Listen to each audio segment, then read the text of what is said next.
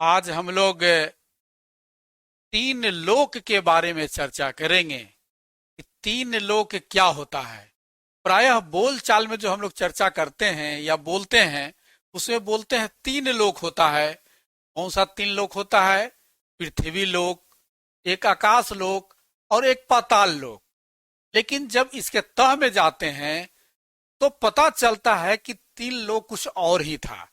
आप जो स्क्रीन पर देख रहे हैं, यह स्क्रीन पर लोग जिसको कहते हैं यूनिवर्स या ब्रह्मांड कहते हैं या विश्व कहते हैं, जो भी नाम दीजिए, ये सामने वो स्क्रीन पर दिख रहा है।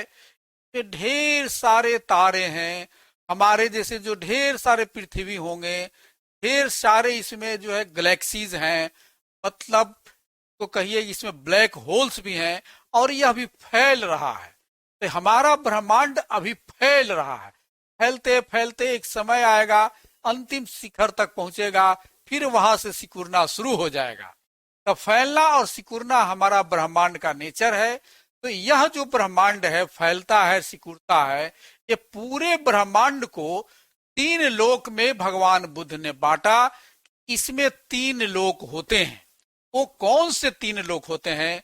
तो पहला जो नाम दिया, उसे नाम दिया बुद्ध ने कामलोक। कामलोक का मतलब हुआ कि ऐसा लोक जिसके जो भी प्राणी होंगे काम से जुड़े होंगे। काम से जुड़ने का मतलब पे धनात्मक भी होगा, ऋणात्मक भी होगा। कहने का मतलब आकर्षण भी होगा, विकर्षण भी होगा, जिसे बुद्ध ने काम कहा। कहने मतलब इलेक्ट्रॉन, प्रोटॉन, पॉजिट्रॉन, ये सब के बने होंगे। इसे बुद्ध ने काम लोक कहा। दूसरा, उससे ऊपर का एक लोक है जिसे बुद्ध ने रूप लोक कहा। रूप का मतलब हुआ कि उसमें सिर्फ और सिर्फ रूप होंगे, लेकिन उसमें धनात्मक और ऋणात्मक मतलब पॉजिटिव आयंस और निगेटिव आयंस नहीं होंगे। करने का मतलब कि इसमें सिर्फ और सिर्फ न्यूट्रॉन्स होंगे।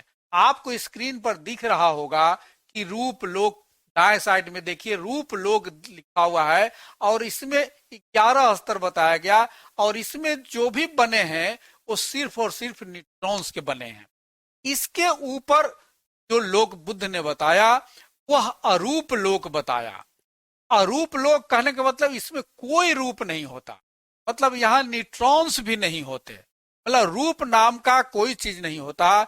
यहाँ न इलेक्ट्रॉन होता, न पॉजिट्रॉन होता, प्रोटॉन होता, यहाँ तक कि यहाँ न्यूट्रॉन भी नहीं होता। मतलब किसी तरह का कोई भी कण नहीं होता। सिर्फ और सिर्फ वेव होता है, तरंग होता है, और वह तरंग सिर्फ और सिर्फ मन का होता है, चित्त का होता है, जिसे हम माइंड कहते हैं। ये अरूप लोक कहा बुद्ध ने। और ये तीनों लोकों की पार की जो अवस्था होती है, मतलब काम लोक, रूप लोक, अरूप लोक, वह कहलाता है बुद्ध क्षेत्र कहलाता है, निर्वाणिक फील्ड कहलाता है, निर्वाण का क्षेत्र कहलाता है। तो यह तीनों लोक मतलब इस यूनिवर्स से बाहर, इस ब्रह्मांड से बाहर जो होता है उसे हम निर्वाणिक फील्ड कहते हैं, बुद्ध क्षेत्र कहते हैं। इन तीनों लोकों से बाहर की जो अवस्था है वह है बुद्ध की अवस्था, बुद्ध का क्षेत्र। तो बुद्ध बात करते हैं तो तीन लोक के साथ साथ तीन लोक से बाहर की अवस्था की भी बात करते हैं। साधु, साधु, साधु।